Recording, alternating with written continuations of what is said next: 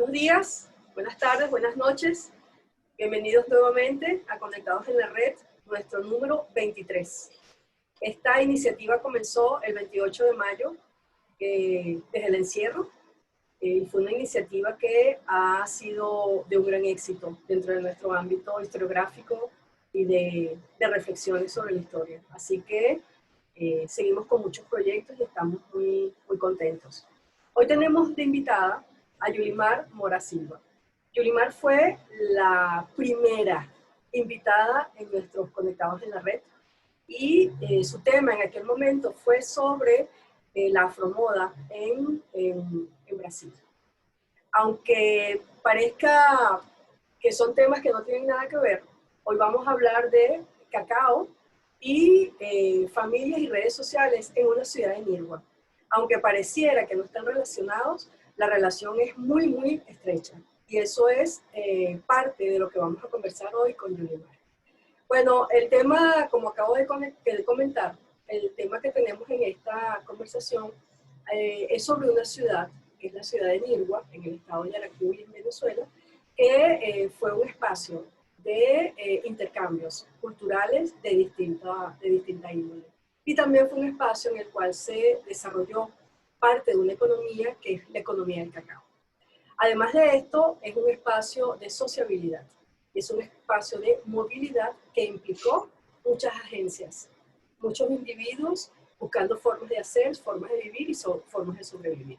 Y hoy vamos a hablar de un personaje específico, que es el que Yulimar estudia, que es Domingo Andrés de Cobos. Así que bueno, a partir de este individuo centro, vamos a llevar toda nuestra conversación y va a ser realmente atractivo y revelador de lo que tenemos escondidos en las historias de las Venezuelas que desconocemos. Bueno, Yulimar, bienvenida, ya sin el preámbulo, bienvenida nuevamente, y bueno, aquí estamos para hablar, para escucharte de esa investigación y de qué va esa investigación que iniciaste y que pronto vas a terminar.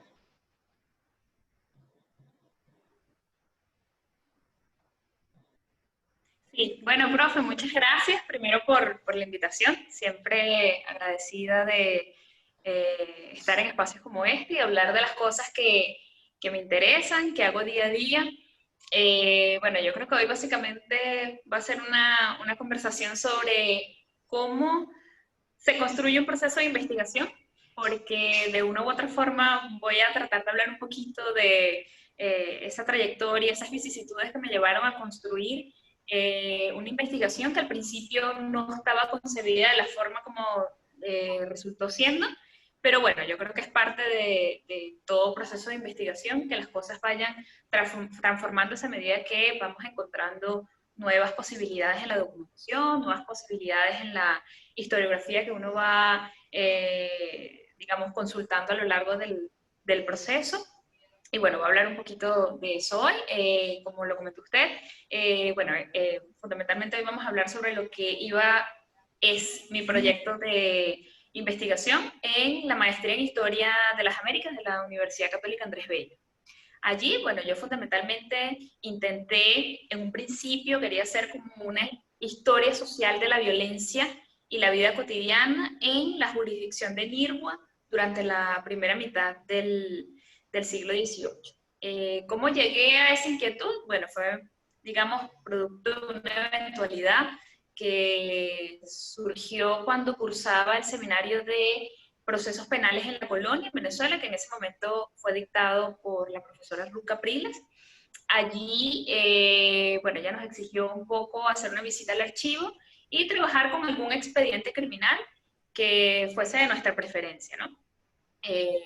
Yo allí me encontré con un expediente criminal en la Academia Nacional de la Historia que me llamó mucho la atención por su descripción en la sinopsis, porque bueno, yo siempre he tenido, digamos, inquietudes hacia el tema de la etnicidad, como todo antropólogo. Entonces, bueno, algunas pistas de la sinopsis de ese expediente me daban cuenta de que había mucha tela para cortar allí. Se trataba de un personaje específico que usted lo mencionó, es Domingo Andrés de Cobos, ¿okay? Fundamentalmente haciendo una síntesis rápida del expediente. El expediente trataba de reconstruir una serie de envenenamientos que se habían dado en la jurisdicción de Nirgua en un lapso más o menos de unos 15 años. El expediente es de 1735, sin embargo, todos los hechos que se relatan allí abarcan más o menos eso, una década y media, un lapso de 15 años en el que se hablan, bueno, de envenenamientos seriales que se atribuyen a este sujeto, Domingo Andrés de Cobo, que reiteradamente es descrito como un bardo, ¿no? Entonces, bueno, a partir de allí surgieron varias inquietudes que me fueron conectando, no solamente con, digamos, centrándome en el documento en sí mismo, sino también con la historiografía, con los estigmas, con los estereotipos que se atribuyen a las calidades sociales durante el periodo colonial en esa Venezuela y que todavía siguen estando bastante vigentes. Me llevó a generar una serie de inquietudes que ya la vamos a hablar un poquito más adelante, pero con respecto a la variable de población, a la demografía, preguntándome, bueno, ¿qué población era esta de la que se hablaba en ese expediente? Y bueno, eso me llevó por caminos muy diversos que vamos a conversarlo aquí. Bueno, Domingo Andrés de Cobos, como lo acabo de mencionar, es un hombre pardo, así se le describe en el expediente, que vivió en la jurisdicción de Nirgua durante la primera mitad del siglo XVIII. Es asesinado por un alcalde y digamos que su historia empieza a construirse porque el alcalde de la Santa Hermandad que asesinó a Cobos intenta justificar a la justicia por qué había asesinado a ese hombre. Es decir, era como una especie de favor a la sociedad porque al parecer era un envenenador serial. Entonces allí se le atribuye una serie de asesinatos por envenenamiento, en total 8, donde, bueno, están involucradas varias personas, muchos miembros de su familia. Se decía que había asesinado a su hermano, a su hermana, a 2 hermanos. Se decía que había asesinado a un cura capellán de la jurisdicción porque había bofeteado a su hija y al parecer en un acto público le había sentenciado a la muerte, y luego 10 después murió. A una vecina. También hay mucha superstición en la descripción del expediente. Se hablan de un brote de una enfermedad misteriosa que la gente atribuía al envenenamiento y que solamente había expaliado. Y bueno, todo esto nos habla de una persona que para mí, un poco ya investigando por otras fuentes, carga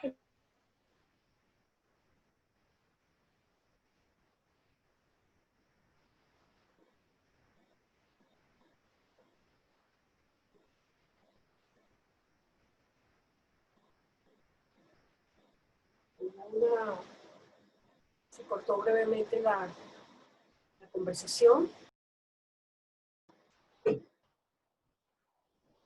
¿Ya estamos acá? Te escucho, no te veo, Yulimar. Profe. Ok, hubo una ¿Ahora? momentánea. Ahora sí. Ajá. Hablabas de Domingo Andrés de Cobos.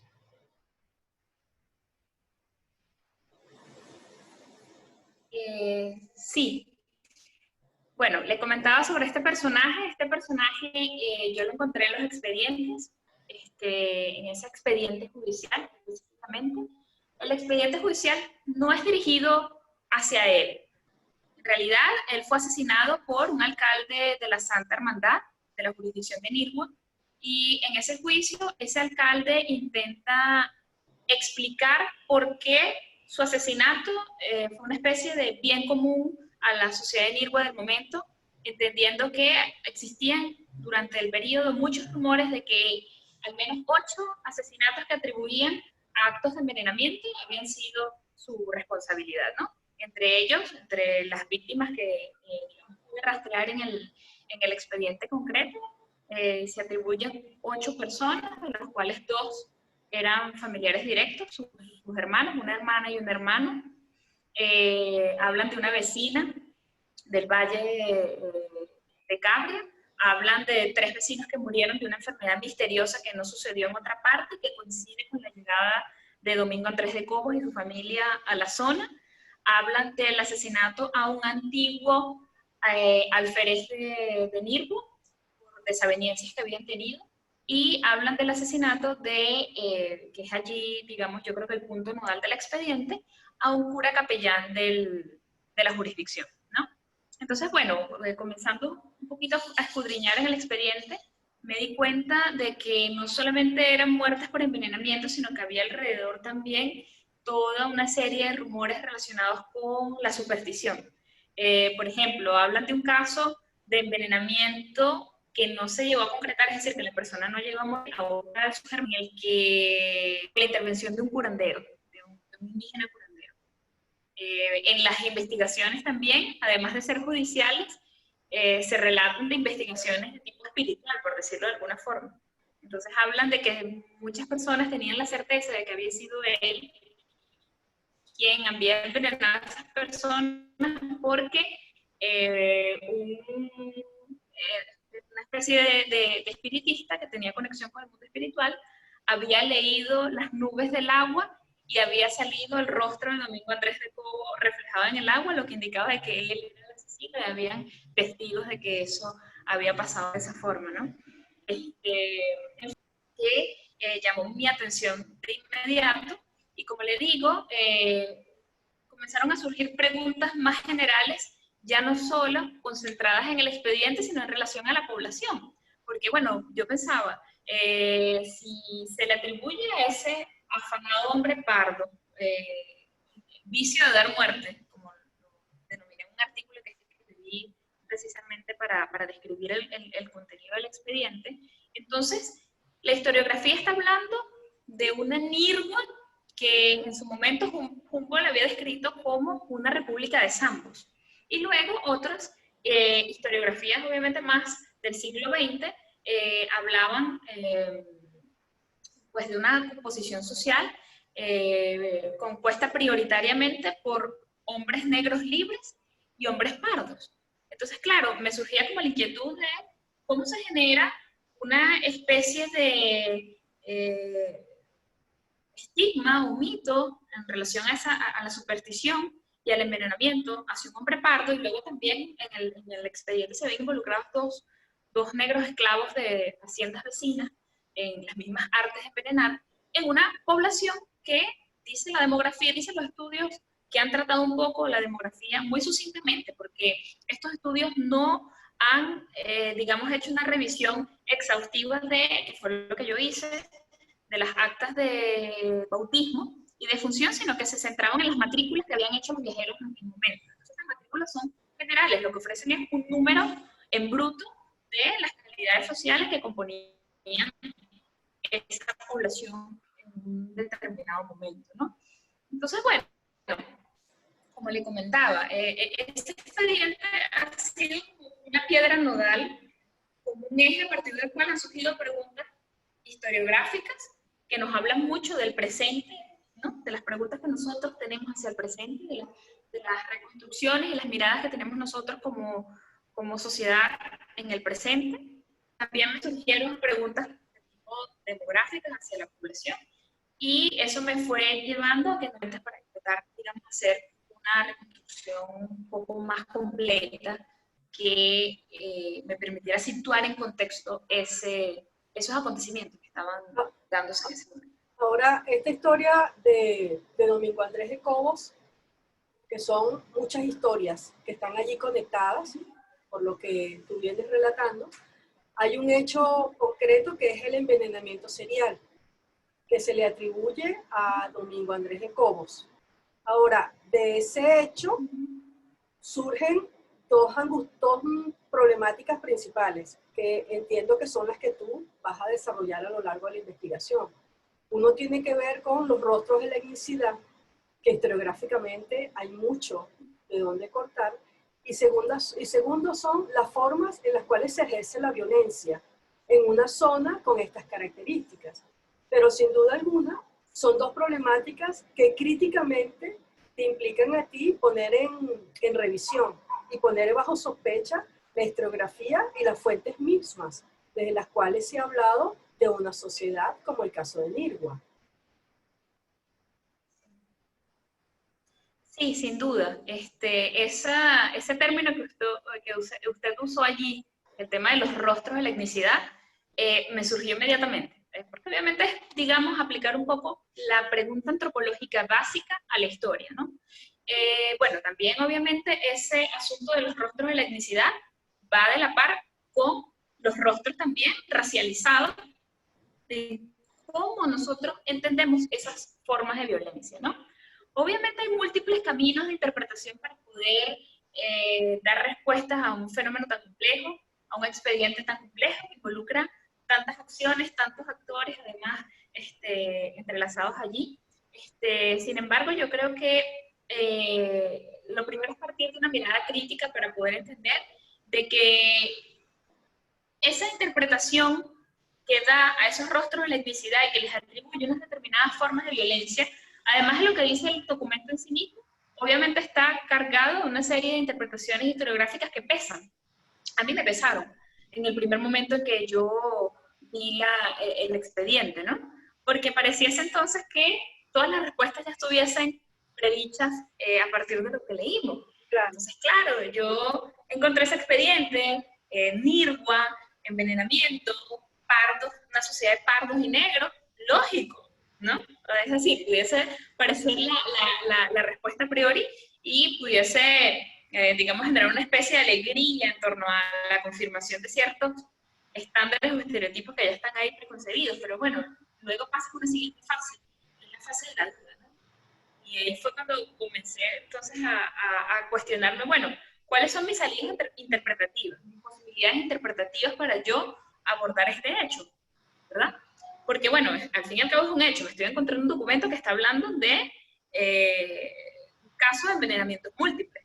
No puedo, la primera salida antropológica, y yo creo que durante la maestría pasé por varias etapas hasta que uno llega un poco a la madurez de entender de que no puedes atribuir todo a un asunto de representación, de que también los hechos tienen una dimensión en sí mismo que tiene que ser valorada, pero yo al principio, de que me sentí contenta, después me vino un bajón.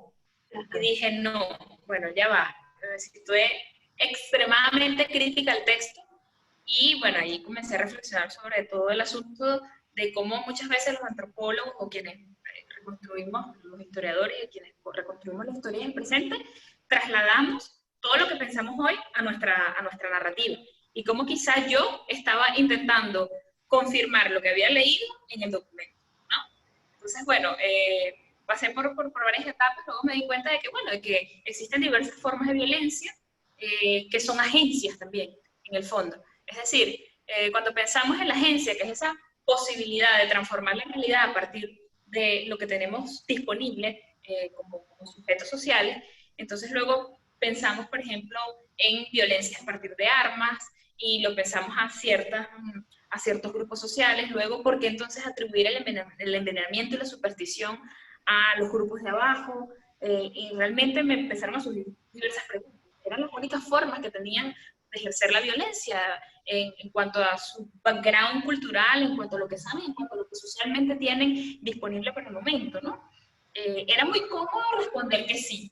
Ahora, luego cuando pensamos, y yo hice la reconstrucción demográfica, y luego, bueno, uno lee las descripciones de los viajeros del momento, te das cuenta que no tiene que ver necesariamente con el asunto racial o la calidad social, porque si estamos hablando entonces de una población compuesta, como lo dice la historiografía, por más de un 95% de una población de negros libres y pardos, y además también, como lo señala Rojas, Reinaldo Rojas, el Cabildo y las instituciones de administración de la justicia y del Estado imperial en Nirgua también estaban en manos de negros libres y pardos.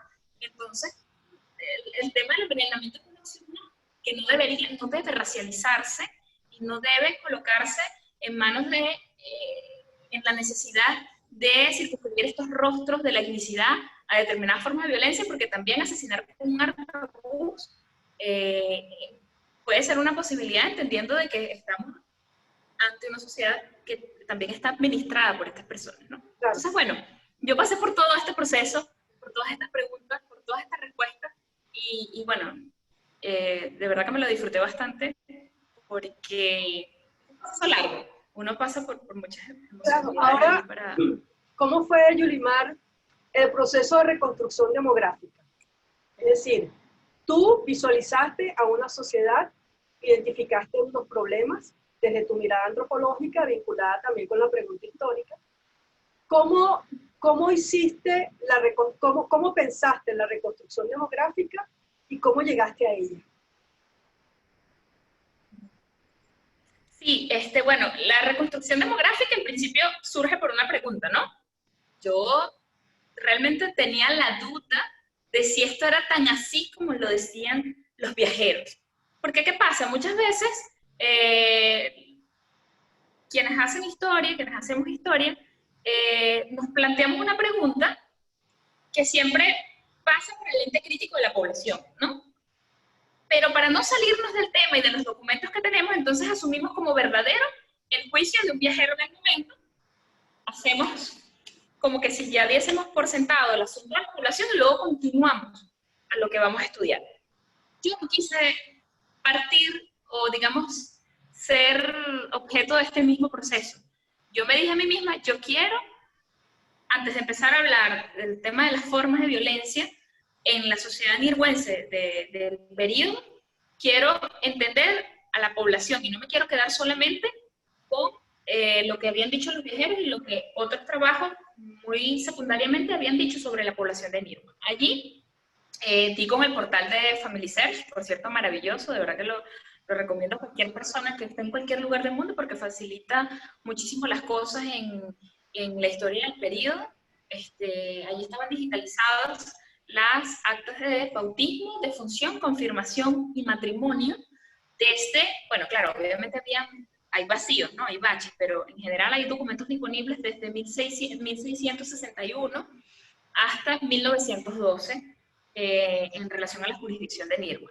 Y el periodo que me interesaba a mí concretamente, que fue esta primera mitad del siglo XVIII, porque además es un periodo clave, el periodo coincide con el crecimiento del cacao en el mundo atlántico, el crecimiento de las exportaciones de cacao por parte de la provincia de Venezuela, y Nirgua era la tercera provincia más productiva del lugar, entonces las cosas como que coincidían mucho en que era un periodo muy importante. Además Family Search tenía bastante completos los registros de nacimiento y defunción de ese periodo. Yo me decidí entonces intentar hacer una reconstrucción demográfica de la jurisdicción de Nirgua desde 1716 hasta 1749. En total, elaboré una tabla de datos con diversas variables, variables diversas, el nombre del bautizado, quiénes eran sus padres, quiénes fueron sus padrinos, la fecha de nacimiento. En algunos casos indicaba la calidad social, en algunos casos indicaban los cargos, especialmente cuando se trataban de militares, tanto de los padres como de los padrinos, si eran hijos naturales, si eran hijos legítimos. Y bueno, con las actas de defunción también había mucha información de este tipo, pero se sumaban otras también bien interesantes como las causas de muerte, como los tipos de enterramiento, como la administración de los sacramentos por parte de la iglesia al momento de la muerte. Y bueno, yo hice una gran base de datos que me tomó casi un año de trabajo, donde se analizaron 2.317 actas de bautismo y 347, si mal no recuerdo, actas de defunción. De allí saqué mucha información de la población del momento. Bueno, descubrí muchísimas cosas. Lo primero que me llamaba la atención, y luego, parece mentira, pero hasta hace 4 meses lo analicé mejor cuando Fidel participó en una mesa, en un congreso, en el Congreso de LASA de este año, y por cierto en su mesa había alguien que en el caso mexicano estaba estudiando también actas de bautismo y defunción, y él hablaba de la ausencia de la categoría, el subregistro, el aparente subregistro de esclavos y de negros africanos en una provincia mexicana, pero de Nueva España, pero no recuerdo exactamente ahorita cuál era concretamente.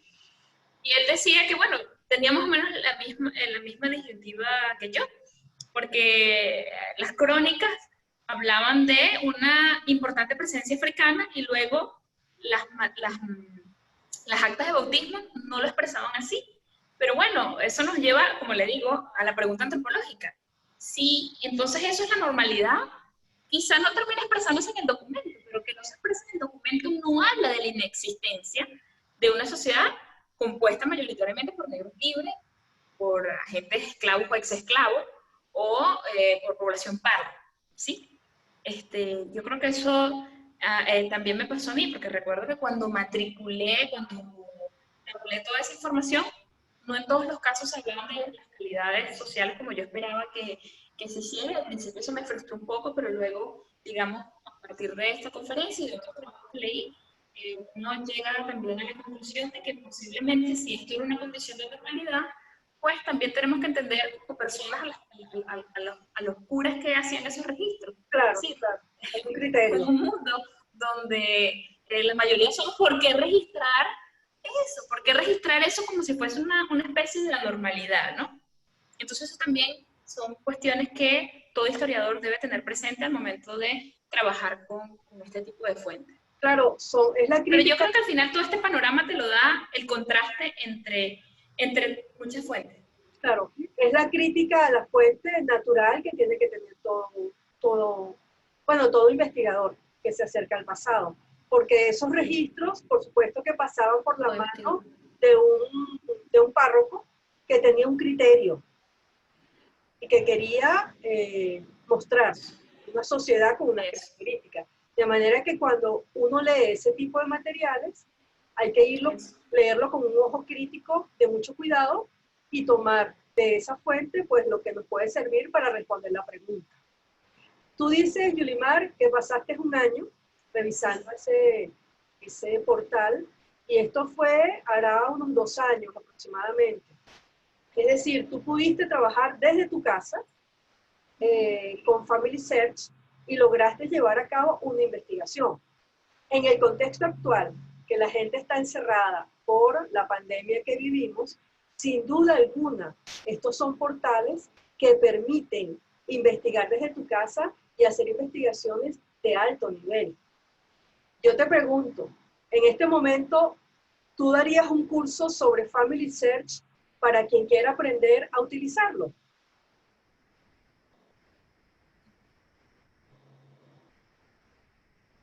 Profe, claro que sí. Además, Family Search es una herramienta muy versátil y creo que bastante útil porque, bueno, por varias razones, ¿no? Uno, tiene información de casi los 5 continentes.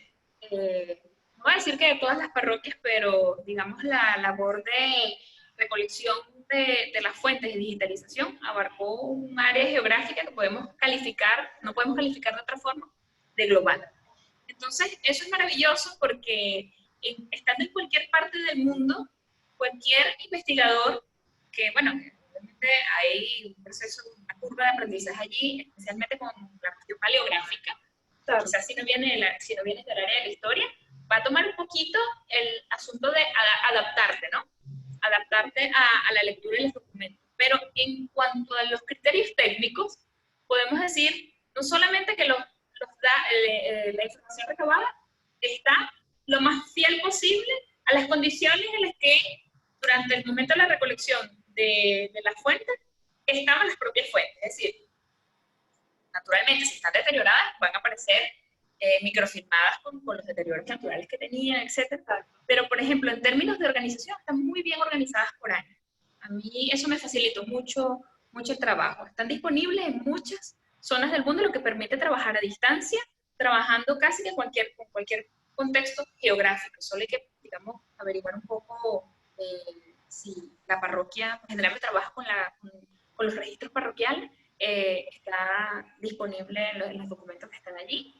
Y bueno, luego lo importantísimo para hacer un curso de este tipo es realmente hacerle ver a las personas que están trabajando con un tipo de documento relativamente sencillo porque tiene un patrón. Es decir, casi todos los documentos tienen la misma información, solo que lo que va a variar obviamente es el sujeto que está siendo registrado, sus padres, que la persona que se acerque a la herramienta de Family Search entienda las potencialidades. Es decir, de allí pueden surgir muchísimas cosas. Por ejemplo, para el área de quienes hacemos historia, puede surgir para elaborar perfiles demográficos de población. Pero también si eres una persona que tienes algún tipo de curiosidad más personal, desligada del campo de la investigación relacionada, por ejemplo, hacer una reconstrucción genealógica de tu pasado, de tus antepasados, es perfecto también. Solamente tienes que tener, obviamente, una información básica en relación con el lugar que vas a buscar, el período y eso. Claro. Pero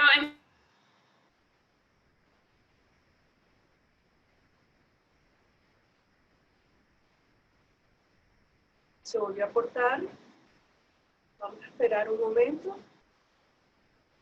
que se haga otra vez la conexión.